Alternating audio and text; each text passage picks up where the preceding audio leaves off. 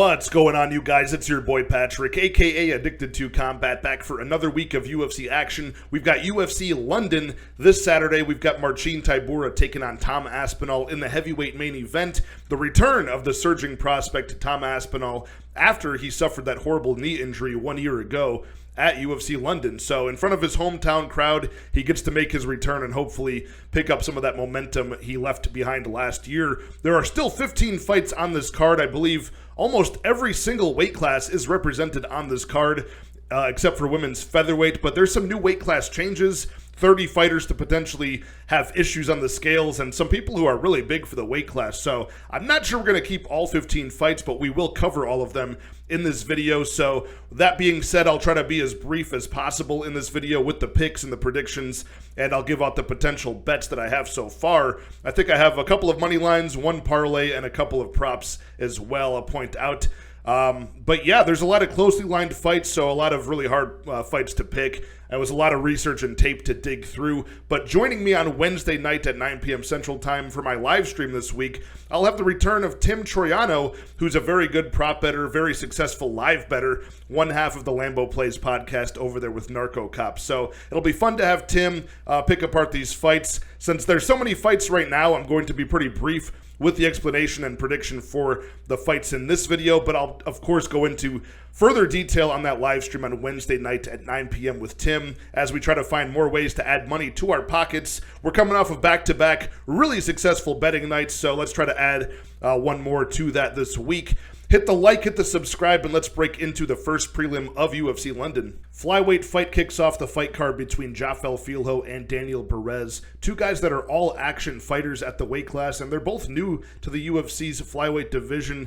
Filho did make his debut earlier this year against Muhammad Mokaev, but it came up short as a big underdog.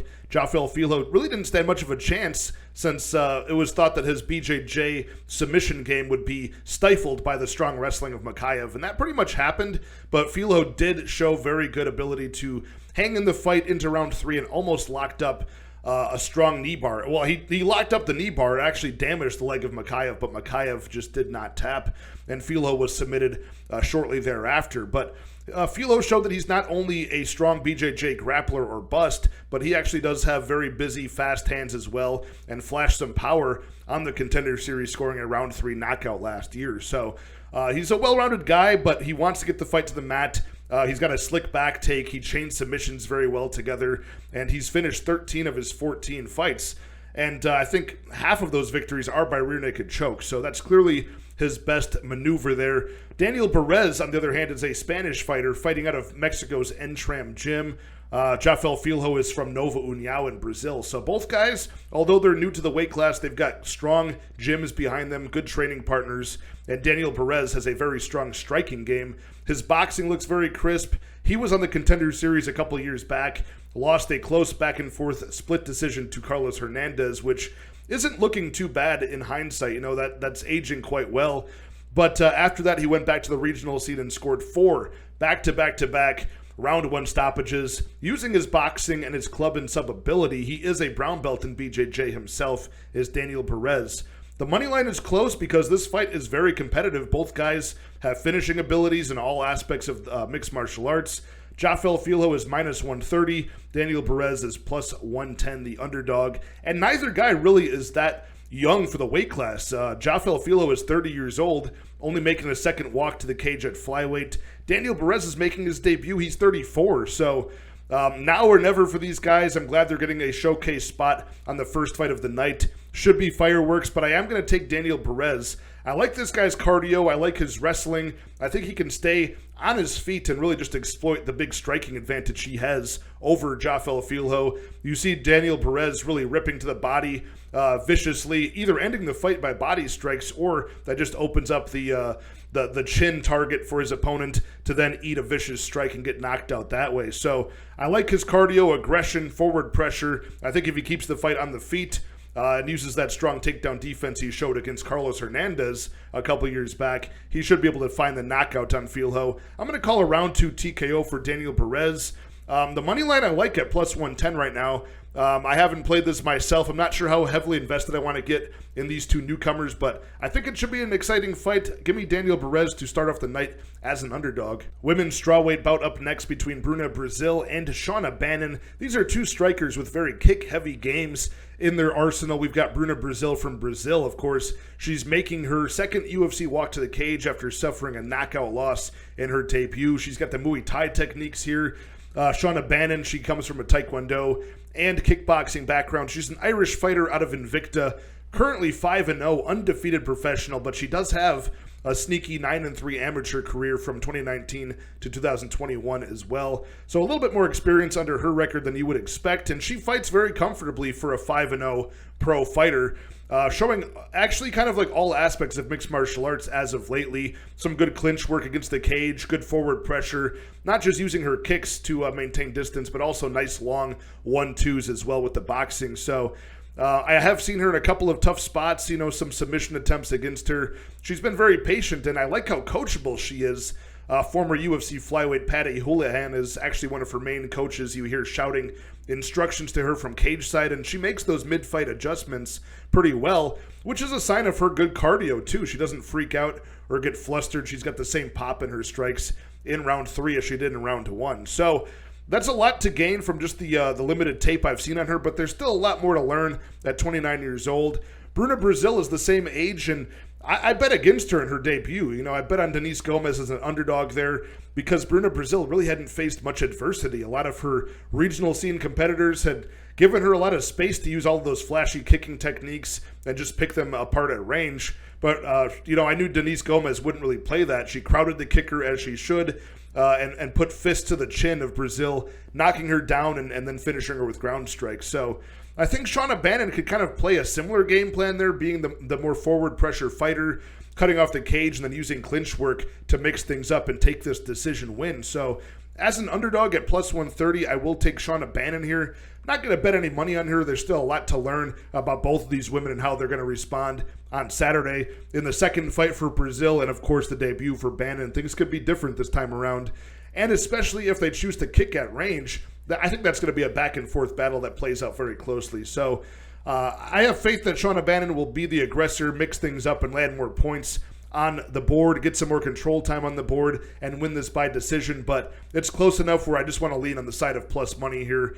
But probably no bet for me either way. Give me Bannon to get the decision. Moving on to lightweight, we've got a bout between Chris Duncan and Yanel Ashmouz, two guys that are making their second walk to the cage after they made their debut on the same night earlier this year at UFC 286.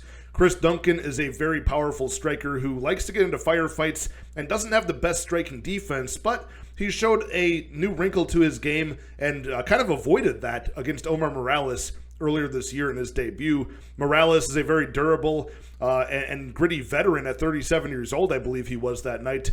But Chris Duncan flipped the script from his usual fight style, and he actually went pretty much all wrestling offensive against Omar Morales and scored a split decision win. His cardio checked out, his fight IQ sort of checked out in that bout, but I would have wished we had more of a mix of high output striking and wrestling from Chris Duncan that night.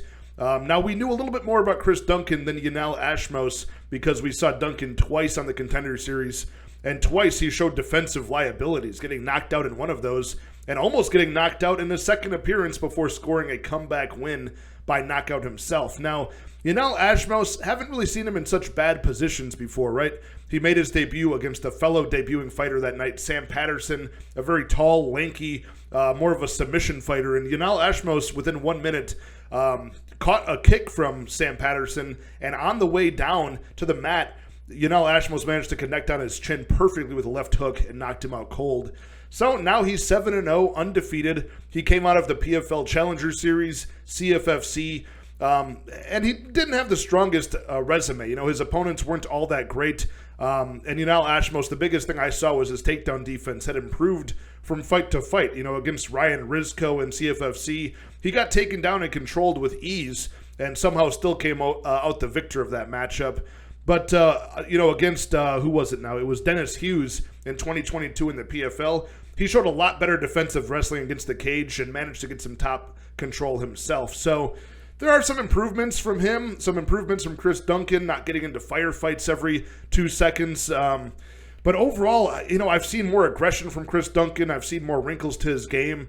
And I'm not crazy about his striking defense problems, but I think he can be the guy that can win minutes in this fight, whereas Yanel Ashmouz is probably going to look to find the connection to the chin of Chris Duncan to get the knockout. So reluctantly, I'm going to pick the favorite here at minus 145, Chris Duncan. Yanel Ashmouz can be had at plus 125, the underdog. I've just seen Chris Duncan come back from worse. I've seen him get into firefights, almost lose, come back when things weren't going his way and win. I haven't seen that from Yanel Ashmouz, which isn't necessarily a bad thing, but give me the guy in Chris Duncan who can push either a wrestling game plan or a striking affair here. This is a closely lined fight for a reason. I would rather pick the violence bet here and bet the under 2.5 or the fight doesn't go rather than I would bet a money line here. But like I said, give me Chris Duncan to just be the aggressor and keep Yanel Ashmouz guessing in this bout. Moving back down to women's bantamweight, we've got Ketlen Vieira taking on Kianzad. A pretty interesting fight here between two 31-year-old bantamweights. And I gotta say, they both have been a little bit up and down in their careers in the UFC. Both are interesting strikers because they come from contrasting styles, right? You've got more of the high output, quick strikes of Kianzad, but not the most powerful eye-catching shots.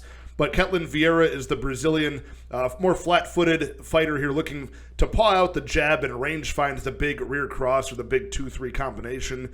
So more powerful strikes, more eye-catching shots possibly from Vieira, but she can get caught waiting for the big moment to come, whereas Kianzad will be popping the jab out from the outside, peppering strikes, getting in and out of range. Now it comes down to maybe some cage wrestling here as well. Ketlen Vieira is very physically strong, physically imposing, and has been known to be able to hold and gain control time on the cage.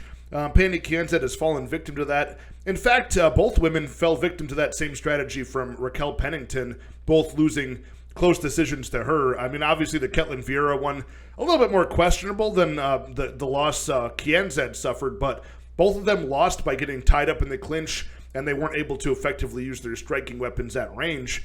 Vieira also does have a judo background as well, and sometimes is able to get fighters to the mat, but so far Kianzad has showed a pretty good takedown defense rating, I believe somewhere around like the high 70 to 80% in the UFC so far. So yeah, this could very well come down to the eyes of the judges and what each judge favors more. The total striking output from Kianzad, who often lands more strikes, significant strikes in a 3-round fight than Ketlen Vieira does in 5-round fights, so it's a stark difference here.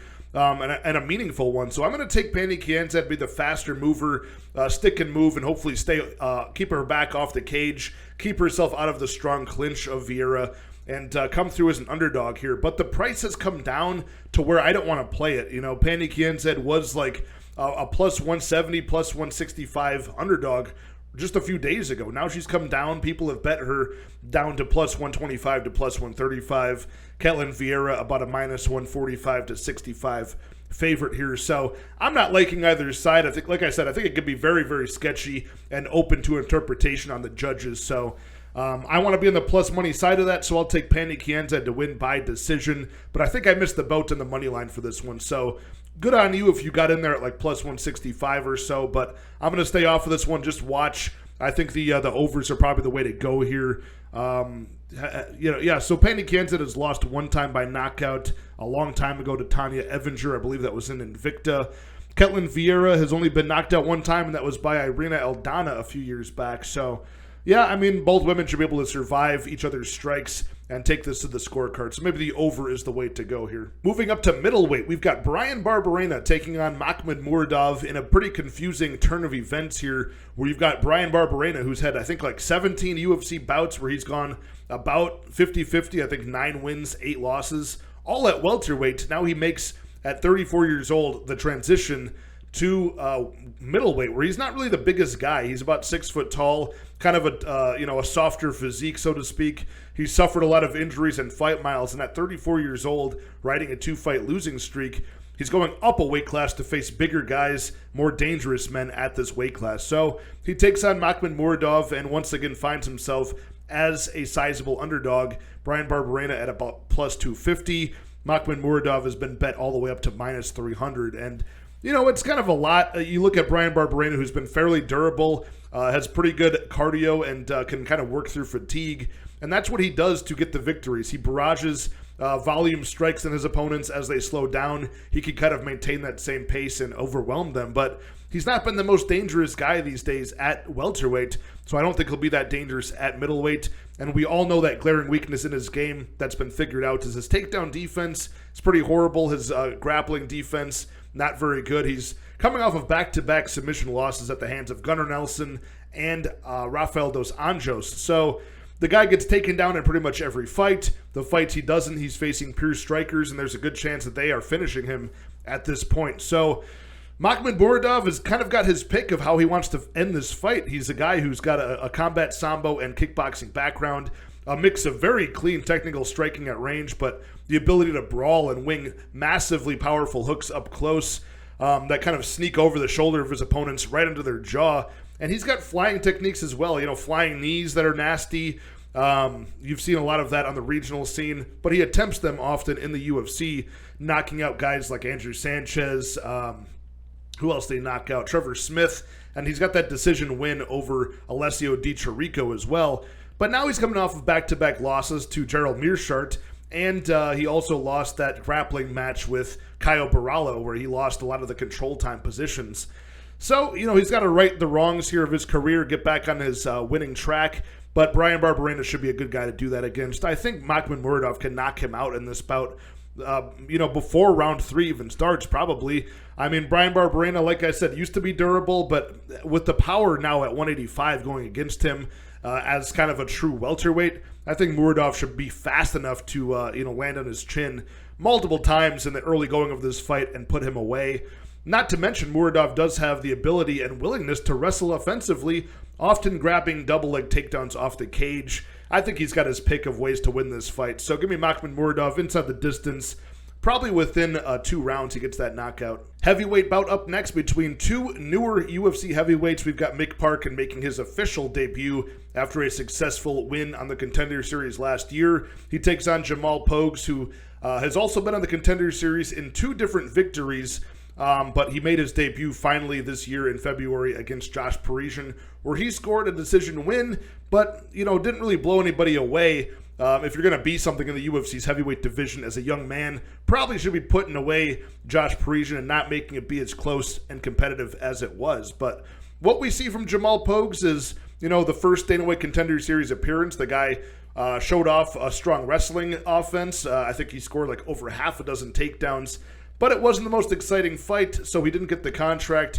He came back in a second appearance last year and, pretty much had a boxing showcase and really didn't make it all that boring, but still ended up being pretty lackluster without that finishing power. So Pogues is a pretty tall guy with a long reach, but he's a former light heavyweight in most of his professional records. So hanging out here at the heavyweight division, just keeping a little bit of, a spare tire around the midsection.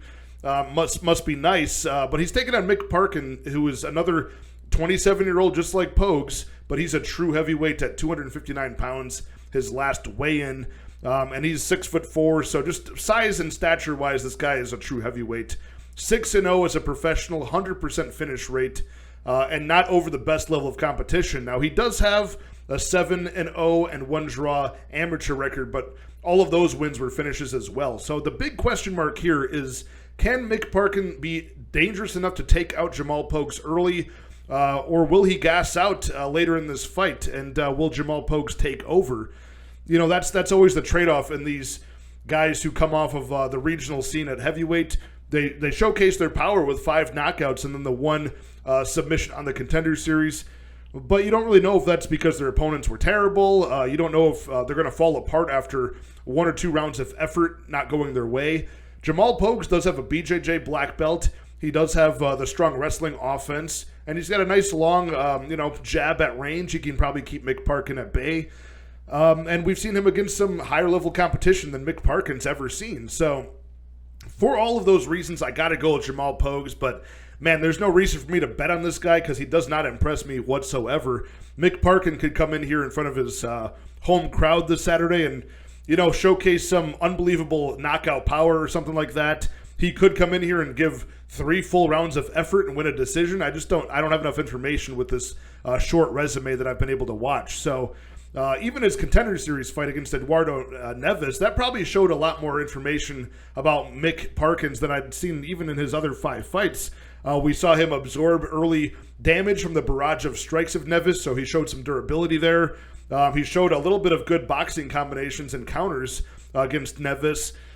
He got taken down, he got back up. There's a little bit of a get-up game there, and he was able to actually flash the ability to jump on a rear naked choke when given the opportunity to. So there's a lot that was packed into like a 2-minute long performance last year, and he does train with guys like Paul Craig and Tom Aspinall, so they're probably keeping him around for a reason. He's probably pretty good, but nothing I can really prove so far. So give me Jamal Pogues to come in here and keep it a safe, boring fight, to keep Mick Parkins at bay with the boxing and take him down and kind of wear out his gas tank there for another boring Jamal Pogues decision win. Lightweight bout up next between Mark Diakiese and Joel Alvarez, and it's pretty exciting to see Joel Alvarez come back. It's been since February of 2022 since we've seen him when he suffered that TKO loss via vicious ground and pound from Arman Tsarukyan. So that's a forgivable loss. He got sliced up by elbows early, I believe, in that matchup, and a complete bloody mess. But Alvarez is a very fast-starting finisher. He's a very good submission fighter,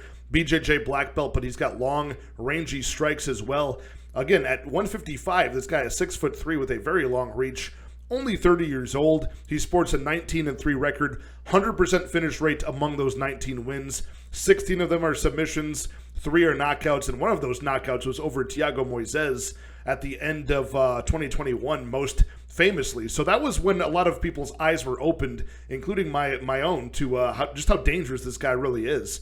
Even in that matchup, I think Thiago Moises was a decent-sized favorite because it was thought that, grappler versus grappler, Moises has a lot better wrestling, and he's got a lot more proven submission ability at the high level. But Alvarez just got in his face, and with the long kicks, vicious elbows up close, he really just put a beat down on Moises and TKO'd him within a few minutes. So we'll see if he can get back to that type of game plan against Mark Diakiese, who's quite a bit smaller at 5'10", and a guy who really doesn't deal with pressure that much. This guy is an explosive striker, but we haven't seen that knockout power in a while from Mark Diakiese. He's since shifted his game plan to more of a wrestling one when faced with, equally as talented strikers. When he faced Vyacheslav Borshev, he took him down like a dozen times in that matchup, played it safe, got the W. Same thing against Amir Hadzovic, who is not a great fighter, but once again, Mark Diakiese chose to out-wrestle him and, take home that decision win there. But he's coming off of a spot where that game plan didn't work, and that was I think it was the end of last year against Michael Johnson, who's a gritty veteran of the game, guy with not the best chin, but a guy who has the wrestling defensively to stuff all of those takedowns. And Mark Diakiese basically, gave that match away. He was showboating. He wasn't really dealing with Michael Johnson's power threats that well at striking distance, and he lost that bout by decision. It seemed like a bout he probably should have won.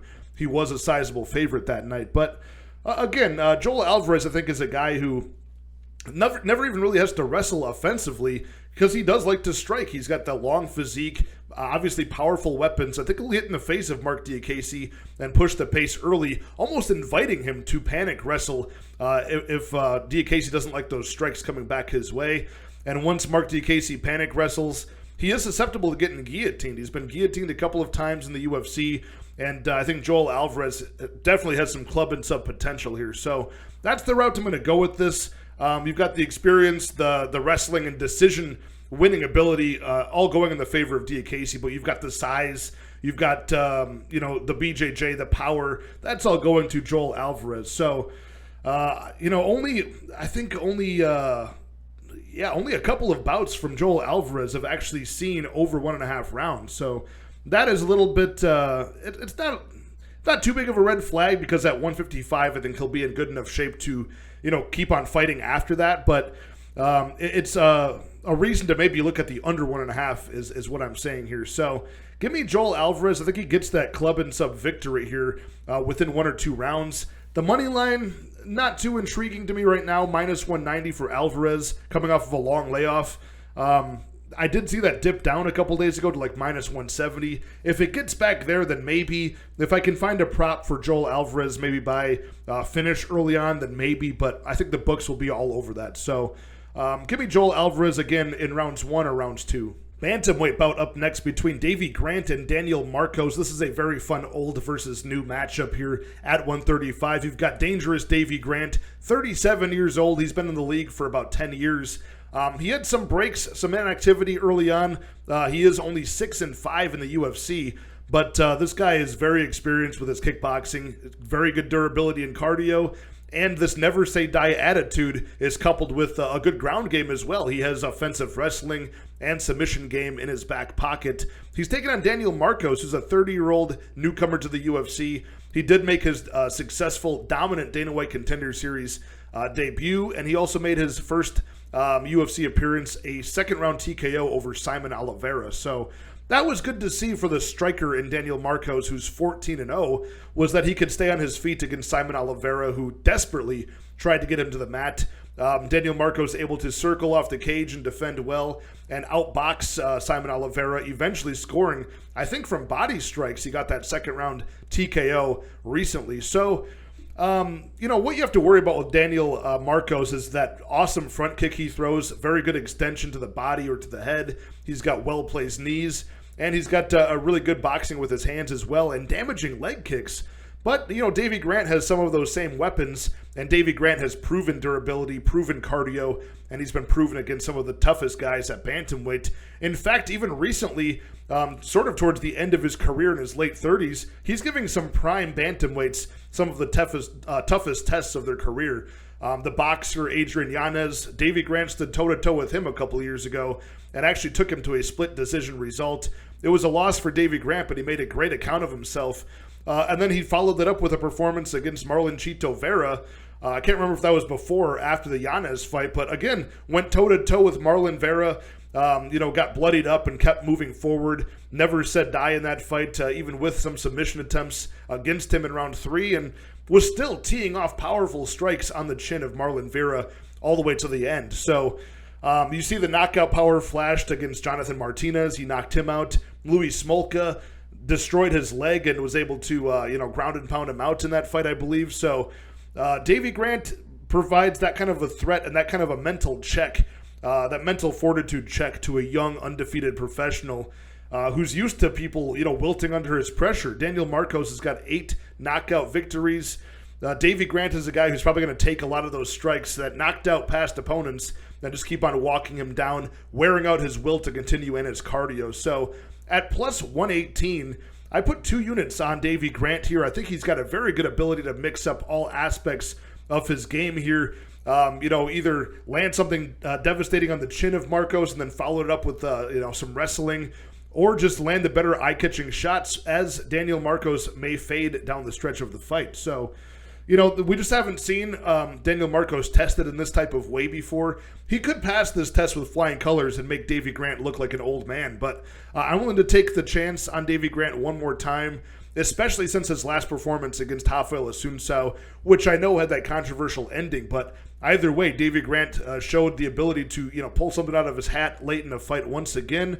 I think he does that again against Daniel Marcos. I'm going to call it probably a decision win for Davy Grant here, just using all aspects of the game and his experience to cash this underdog ticket. Featherweight bout up next between Lerone Murphy and Josh Culibao, 2 guys with pretty impressive records at 145, both still in their prime. 29 years old for the Josh Culibao, who's coming off of a round 2 club and sub victory over Melsik Bagdasaryan, and you've got Lerone Murphy fighting once again in front of his home crowd of England. He fought last earlier this year at UFC 286 against the newcomer in Gabriel Santos, and he pretty much lost that bout, but they did give him the split decision win. And man, I'm lucky in that because I was pretty heavy on Lerone Murphy that night. But Lerone Murphy's a very athletic switch stand striker, fairly high output, and very athletic and fast. But Josh Culibao is a guy who flashes that same power. It's just very less frequently. He's a lot lower output, looks for the perfect moment to land his strike. And sometimes he does get them, right? He got a nice knockdown over Charles Jourdain. He caught him at the perfect moment mid-spin. He has 2 knockdowns over Sung Woo Choi in their bout. That was a pretty interesting fight as well. But again, if he was just higher output, a little bit more aggressive and consistent, we might be able to see some more impressive performances from Josh Culibao. Even his last fight that I talked about with Melsik Bagdasaryan, Melsik was kicking his ass in round one, bloodied up his nose, outstruck him, and clearly won round one. And it was a classic moment winner's performance where Josh Culibao landed a jab that kind of stumbled Melsik. And Josh Culibao has pretty good submission potential. It's unfortunate his wrestling isn't that great, and we'd never get to see him take the fights to that realm. In fact, he tried to jump submission on Jalen Turner, I believe, and ended up on bottom and got pounded out himself a while back. So, yeah, I mean, 0 takedowns on his record. That's going to be a big contrast versus the types of opponents that Lerone Murphy has faced recently. If you just look at the record, I mean, Gabriel Santos was a debuting fighter, a good grappler, and he was a guy who, he probably should have won against Lerone Murphy, and that's why I'm having trouble picking Lerone here, because I feel like I got away with murder betting like 3 units or whatever I had on Lerone Murphy earlier this year, and I managed to squeak by and cash that profit, but he's right around that same price tag. Minus 130 for Lerone Murphy right now. Josh Culibao is at plus 110. But again, I feel like I should probably not be so skeptical of Lerone Murphy here. He is very athletic and very powerful, and he's finally fighting a guy in Josh Culibao who won't be trying to take him down. So if you look at Lerone Murphy's record here, Gabriel Santos took him down quite a few times, a grappler. Makwan Amirkhani, very strong wrestler early, took down Lerone Murphy in round 1, but got jumping kneed in round 2 for the knockout win. Douglas Silva de Andrade, he has some takedown potential in his own rights. Ricardo Ramos, BJJ black belt and a very good striker. Zubaira Tukhugov, strong wrestler. So all of the fights so far for Lerone Murphy have at least presented some threat of the takedown offense against him, and his defense is not always that great. Culibao, 0 takedowns. So this could be a spot where we've got 2 strikers, one athletic and fast and high output in Lerone Murphy, and one in Josh Culibao who's looking for the perfect moment to land the big punch. So that being said, I'm kind of talking myself onto a bet of Lerone Murphy. So with the money line having tightened up to minus 130, I probably will have a bet on Lerone Murphy. Haven't placed it yet, but give me Murphy to win by decision here. Culibao has been pretty durable. So just give me a Lerone Murphy getting back and a dominant and a true decision win here. Hopefully the split decision cards are not read on Saturday. Lightweight bout up next between 2 strikers who are pretty big and long for the weight class. You've got Jai Herbert taking on Faraz Ziam. An interesting matchup here between these 2 kickboxers. You've got Jai Herbert with a lot more experience, but he is 35 years old, 9 years older than the 26-year-old Faraz Ziam. And Jai Herbert, later in his career, has been kind of adopting more of a kind of like a risk-adverse style, right? He's not standing and trading with people in the pocket or, at range the way he used to. A guy like Kyle Nelson, who a lot of people, including myself, thought would be perfect for Jai Herbert to get a knockout or a highlight reel knockout there. He chose to kind of wrestle Kyle Nelson, and it was a pretty boring decision win, and he followed it up with another sort of safer fight against Ludovic Klein.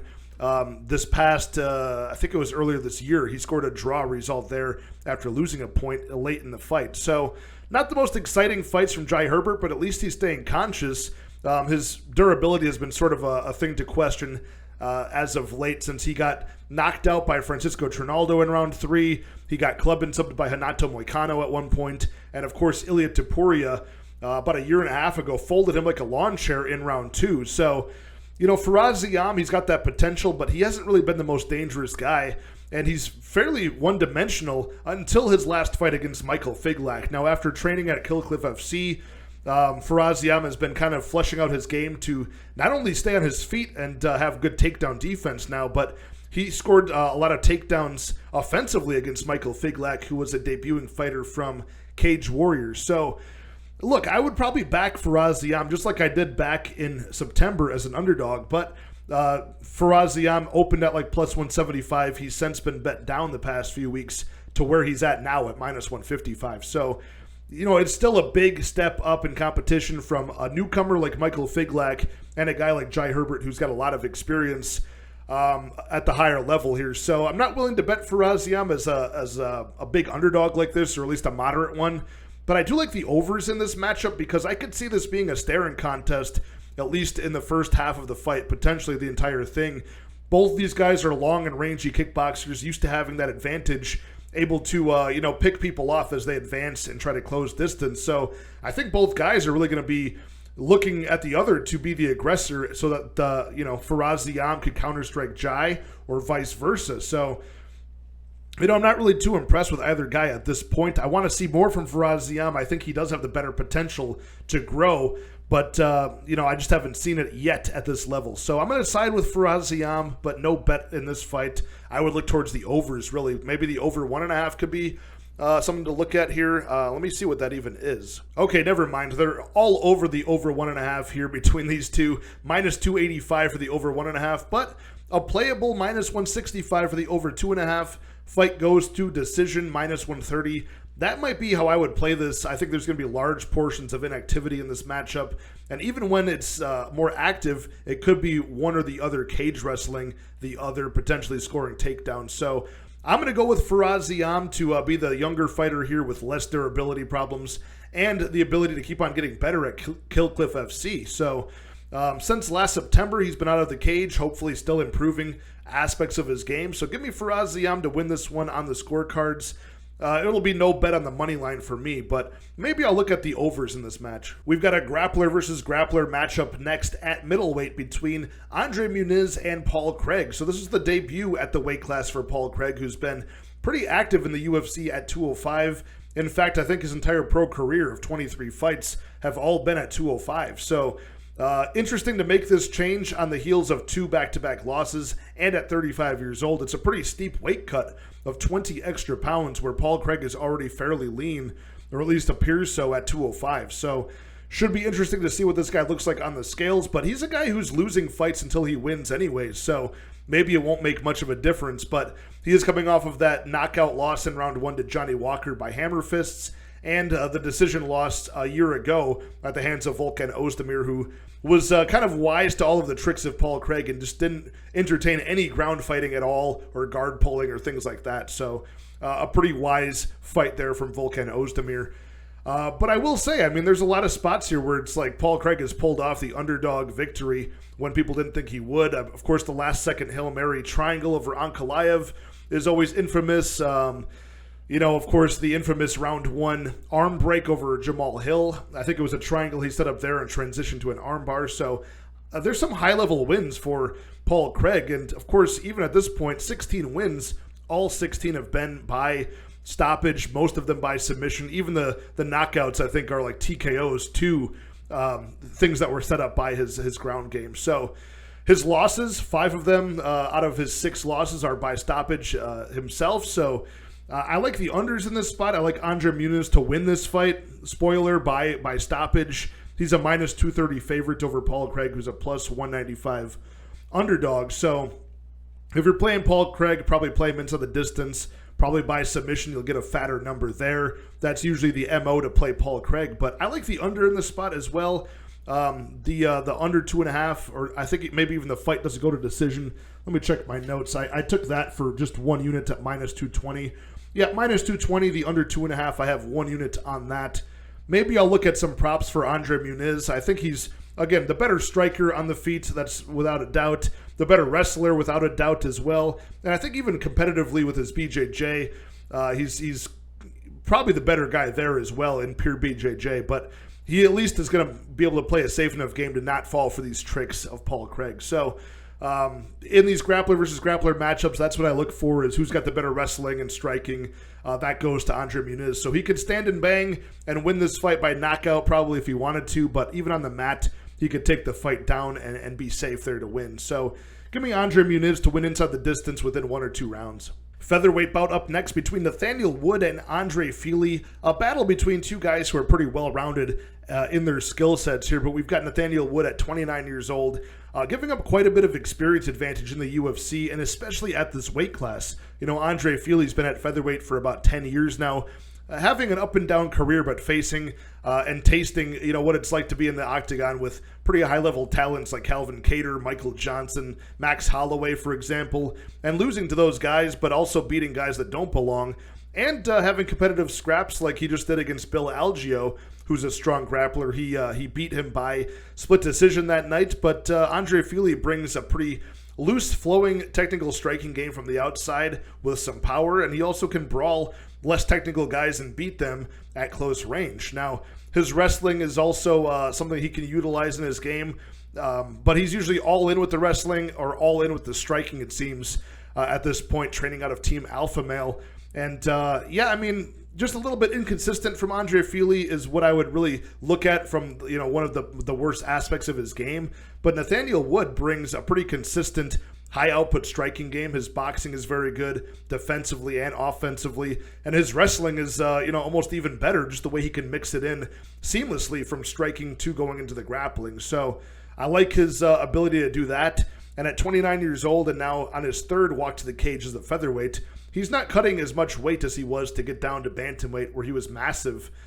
So he might look a little bit undersized here against a tall guy like Andre Fili, but even at 5'6", Nathaniel Wood has that oddly athletic physique where it's good for MMA because his reach is so much longer than his actual height. So he keeps that nice nice wide base where he can dart in and out off of his back leg. He can damage the leg kicks of his opponents pretty well. Just ask Charles Rosa about that. And the guy does have solid one-punch knockout power. We haven't seen that in a while in the UFC, but he does have a slick submission game as well, which we have seen early in his few performances. So I'm still waiting for Nathaniel Wood to have one of those highlight reel moments. He's been very consistent with his decision wins. That's good enough, but I want to see him flash some of that impressive power we used to see in the Cage Warrior scene pre-UFC. But Andre Fili is a guy who, again, probably shouldn't be this big of an underdog in this matchup with all of his experience, but with his inconsistencies, his lack of defense and output compared to that of Nathaniel Wood, I think Wood should just use all aspects of his game here to score another decision win. But again, Andre Fili, he's been chinned by Joanderson Brito. It's been a long time since he's been chinned by Yair Rodriguez back in the day as well. Could Nathaniel Wood be a guy who could pull that off? I mean, potentially, but I'm going to call it a decision win for Nathaniel Wood. I'm probably going to stay off of this money line. I think it's a bit too wide, but all things considered, I like what I see from Nathaniel Wood a lot more than that of Fili's game. Moving on to the co-main event, which is a pretty easy one to break down here at women's flyweight, we've got Molly McCann taking on Julia Stoliarenko. This is a striker in Molly McCann taking on a grappler in the Lithuanian armbar specialist of Julia Stoliarenko, who is 1-5 in the UFC, her only win coming by armbar in round one over Jessica Rose Clark. And as impressive as that was, I mean, that's pretty much all there is to Julia Stoliarenko's game is round one armbars. She's got 10 victories, 7 losses, and 2 draws. 9 of her 10 wins have come by way of submission. All of them are in round one. All of them were arm bars. So the only person in the UFC that she's tasted victory over was Jessica Rose Clark. And sure, that was a pretty impressive way that she set that up. If she can get you in the perfect position, you follow her to the mat, she gains wrist control in your guard. She can very easily transition to an armbar in a moment's notice and leave you tapping or with a broken arm, as in the case of Jessica Rose Clark. But other than that, I mean, there have been people that have survived pretty easily in her guard before. But pre-UFC, she was tapping people left and right. And it's hard to believe that Julia Stoliarenko actually has a foundation in the Burmese bare-knuckle boxing left way. You can actually find her matches on YouTube if you want to burn some time and watch her rise to the UFC level. But her striking looks very erratic, just like it did back in left way, right? It's just not very defensively sound. It's a little bit unorganized. And she just throws, wild strikes, hoping that you take her down and that she can grab up your arm. But if she doesn't do so in round one, statistically, she's not going to do it again. So I do have a 0.2 unit stab on Julia Stoliarenko at plus 675 for a round one submission. Just seems like her money line to me, but I think that in most worlds, Molly McCann will knock her out within 1 or 2 rounds here. Molly McCann is a brawling boxer, very aggressive at 33 years old. Even small for this weight class with a short reach, but she's able to get in range and land powerful hooks up close, get back out of range pretty well, tucking her chin and weaving back to the center, where then she can do another blitz attack on you. And she's pretty strong in the clinch, and she's got some good spinning attacks. She came off last year both in UFC London fight cards A round 3 spinning elbow knockout over Tayla Santos, one of the best women's knockouts of all time. And then she followed that up with another spinning elbow and punch knockout over Hannah Goldie in round 1. And that was a spot where she was at least tested against somebody at the level of like a Hannah Goldie, a Stoliarenko, where Hannah Goldie wanted to ground her, wanted to tie up submissions on her, and Molly McCann was able to safely evade those and then land strikes on her to knock her out. So I think this matchup will look very similar to that one, where you might see some moments where Stoliarenko is grabbing a submission or trying to pull her to the mat, and Molly McCann will have to retreat and then box her up at range. And Stoliarenko has like no striking defense, so I don't see this going well for her. But if it does, if for some reason McCann does get her short little arms in the guard of Stoliarenko, I will cash that plus 675 round 1 sub. Hopefully that happens at that point. But I've got Molly McCann parlayed up with the main event winner for minus 131 combined odds for 2.5 units here. Her money line came down to minus 225. That's where I took it at. It since went down on betonline to minus 190. I know it's hard. It's hard to pick Molly McCann at those odds, but against Stoliarenko, who's shown nothing but a round 1 submission potential, I think she's the clear pick here. So give me Molly McCann. I'm going to call it a round 2 knockout. Okay, we made it all the way to the main event of this fight night card at London. Hit the like, hit the subscribe, and let's break into fight number 15, the heavyweight matchup between Tom Aspinall and Marcin Tybura for potentially, but probably not, 5 rounds of action here at heavyweight, where both of these guys weigh in around the low 250-pound mark. Obviously, drastically different looking physiques at the same weight. Tom Aspinall, 30 years old, 6'5", in very good shape with a long reach. He's got a well-rounded game where he can start fast with powerful strikes.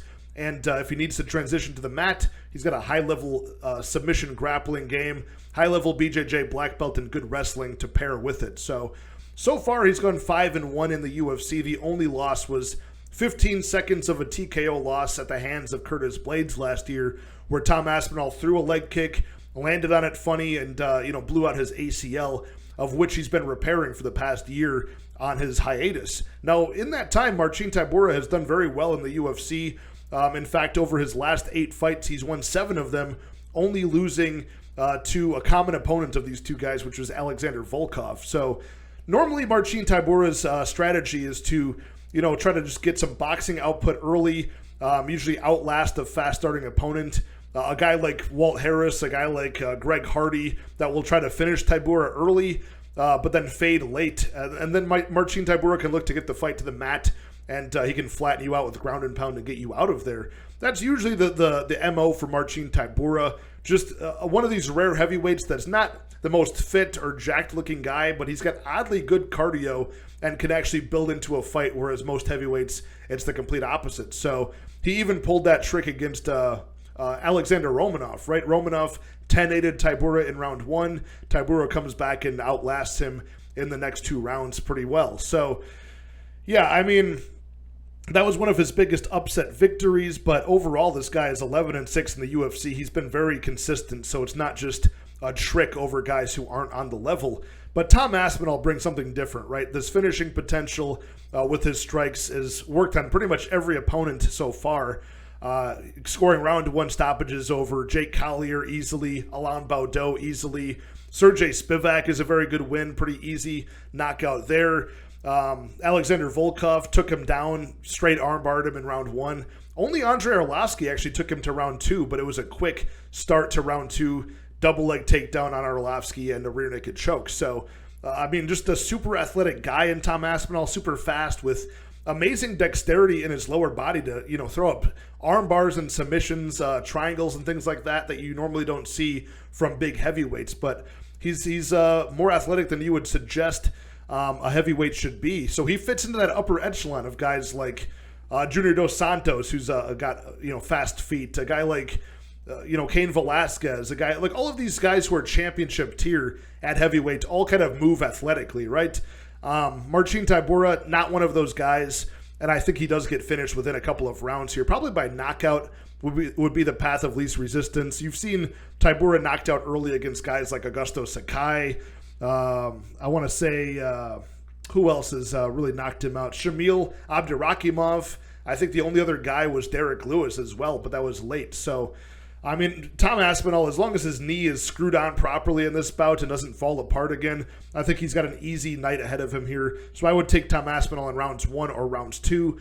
But what I've done is I've done it the irresponsible way. I parlayed up Tom Aspinall with Molly McCann, as these are two fighters in the co-main and main event who I think have kind of tailor-made matchups for them in the return to their home country here. So Tom Aspinall, I got at minus 425. I parlayed him with Molly McCann at minus 220 for a minus 131 parlay odds for 2.5 units. So I expect Tom Aspinall to get the early knockout within 1 or 2 rounds over Marcin Tybura.